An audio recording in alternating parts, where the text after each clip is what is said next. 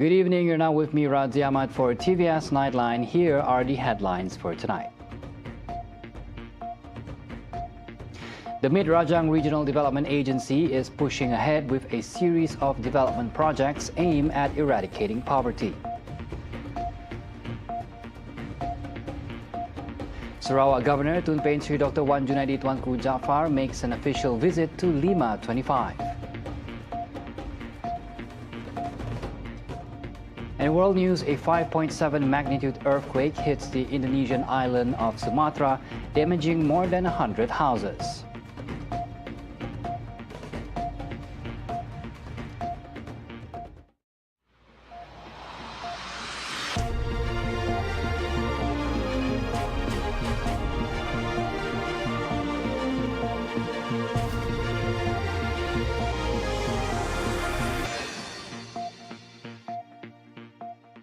The Mid-Rajang Regional Development Agency, MiRRDA, is pushing ahead with a series of development projects aimed at reducing poverty and improving household incomes in Sarawak's rural heartlands.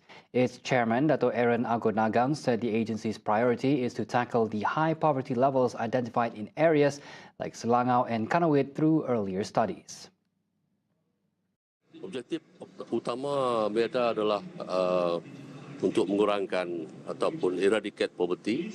Itu utama sebab di kawasan Selangau, di Kanawit itu poverty very high.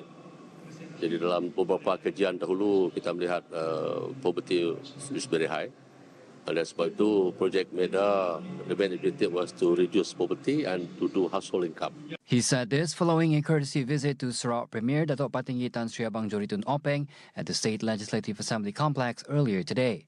Of the 1.5 billion ringgit in approved funding, 1.1 billion ringgit has been allocated specifically for infrastructure projects, including new road networks connecting native customary rights NCR lands and resettlement areas. Dato' Aaron, who is also National Unity Minister, also highlighted a sustainable initiative that promotes small-scale oil palm farming by individual households, aiming to provide a steady source of income. Kita target tidak kurang daripada 6-8,000 per household. Dan kita mula-mula ada limitation untuk one household pada 5 hektar, tapi dari perbincangan tadi mungkin kita tak perlu buat limitation lah. Dan juga mereka yang tidak mempunyai tanah yang besar, kita akan bagi juga assistant kepada kawasan yang lebih kecil. Dan kita very flexible. Itu sebenarnya. Abang Johari welcomed the proposals and reaffirmed the state government's full support for their implementation. He also urged that all planning be completed by the end of this year so that the project rollout can begin as early as next year. The Sarawak Melanau Community Welfare Trust Board, LAKKMS, is planning an iconic development in Kuching, a 9-story building called Lebok Melanau with an estimated cost of around 55 million ringgit. Sarawak Deputy Minister for Urban Development, Land Administration and Environment, Dato' Len Talif Saleh, said the project is designed to benefit the Melanau community and the broader Kuching population by offering modern amenities in a strategic location. Semua pasana servis apartment dan juga dewan dan juga laundrette, kantin dan sebagainya lah, dan co-working space. Kita mengambil peluang di mana kawasan ini berdekatan dengan Swinburne, mungkin di mana dalam satu hari nanti mungkin banyak pensyarah-pensyarah dari luar negara yang dalam on sabbatical leave mungkin boleh tinggal di situ dalam short term, bulan, 2 bulan ataupun 6 bulan, dan juga berdekatan dengan Borneo Medical Center dan juga berdekatan dengan bangunan Sultan Iskandar. He said this after paying a courtesy call on the Sarawak Premier earlier today. Also introduced during the visit was the newly appointed chairman of LAKKMS, Awang Zamhari Awang Mahmud, who is also the director of the Sarawak Land and Survey Department. Dato' Len added that the building's concept and design have been finalized and the project is now entering the tender preparation phase, with tenders expected to open in August or September. To take advantage of medical tourism, education tourism, dan juga spring, one call it mall dan sebagainya lah, Jadi inilah satu-satunya kemudahan yang ada di Kuching nanti, and we try to catch up supaya mungkin boleh siap sebelum SEA Games. Mana dah tahulah, insyaAllah. Len also noted that the official name of the building is still open for consideration, depending on suggestions from the Sarawak Premier. Affin Bank is being encouraged to open a new branch in Permajaya Miri to cater to the increasing demand from the area's growing population and expanding business sector. The suggestion was made by Senadin Assemblyman Datuk Sri Lee Kim Shin following ongoing requests from local residents.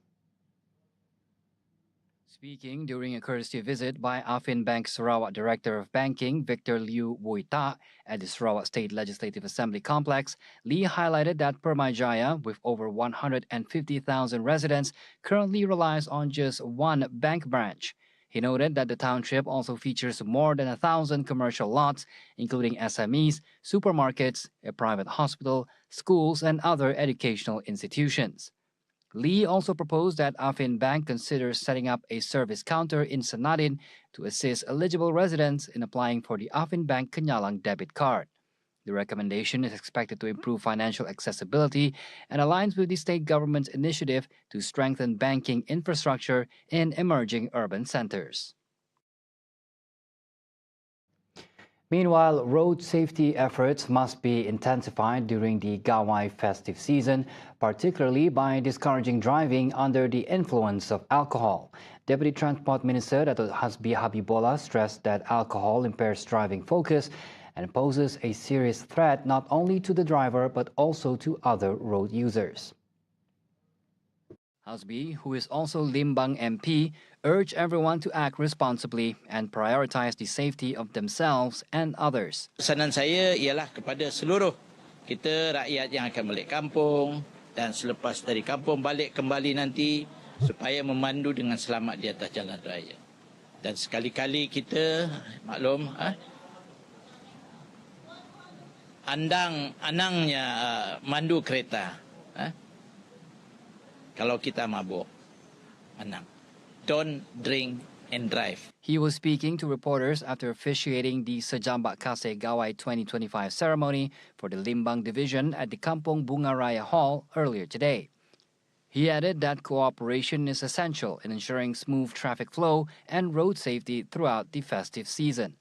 Hasbi also stressed that road safety must begin with road users themselves, who play a vital role in preventing accidents during the celebration.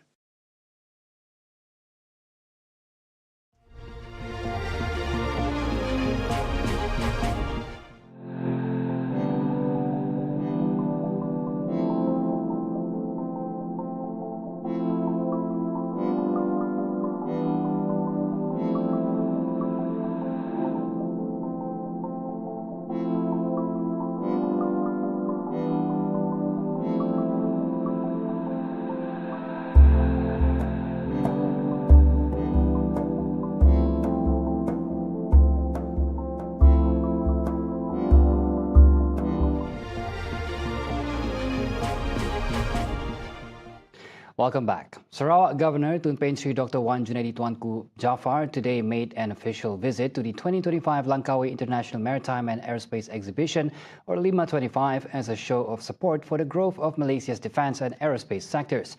Tun Dr. Wan Junaidi arrived at Langkawi International Airport at around 9:25 a.m., accompanied by his wife Top Puan Datuk Patinggi Fauziah Muhammad Sanusi, before proceeding to the Mahsuri International Exhibition Centre MIEC to begin his tour of the main exhibition booths.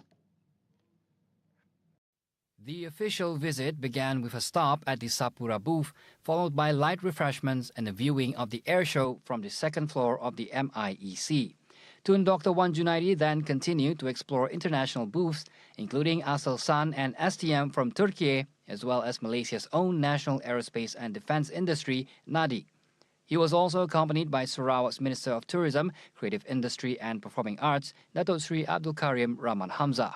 The visit was made at the invitation of the Ministry of Defence in conjunction with Lima 25, which concludes tomorrow. This first visit to Lima by Tun Dr. Wan Junaidi served as both a meaningful learning experience and an opportunity to gain insights into emerging sustainable technologies in the aerospace and maritime fields. He expressed hope that Lima 25 would fulfill its goal of creating new opportunities for entrepreneurs and businesses while encouraging greater participation from small and medium enterprises in these key sectors.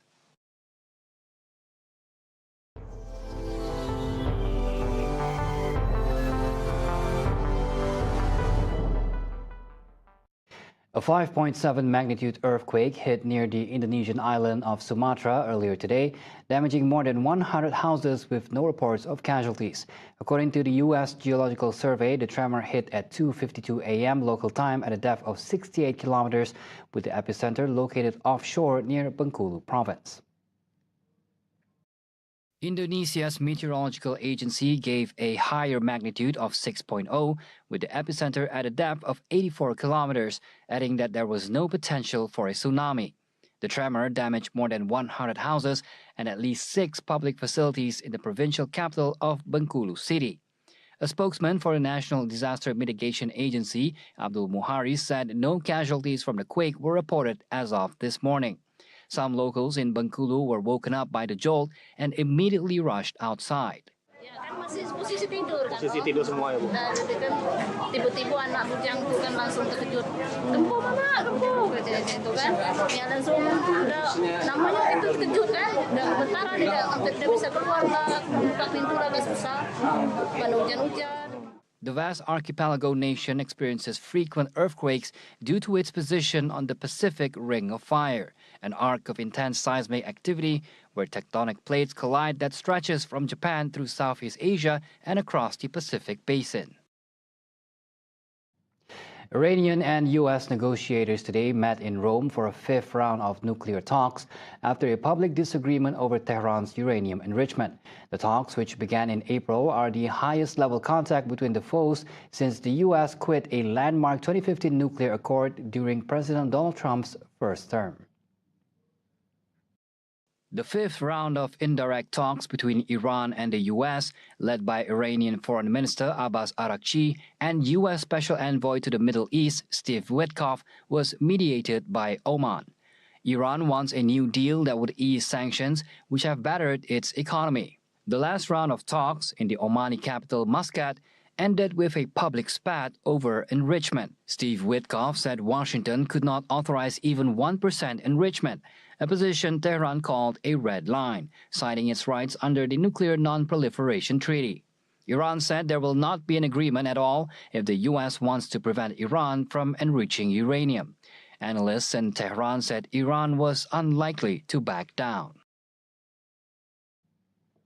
See the world closer with TVS as we bring you the latest news updates both locally and internationally. For more headlines anytime, anywhere, just head on to our official website at tvsarawak.my or follow us on our social media platforms. And those were the updates on TVS Nightline. I'm Razi Ahmad. Thank you for watching and have a good night.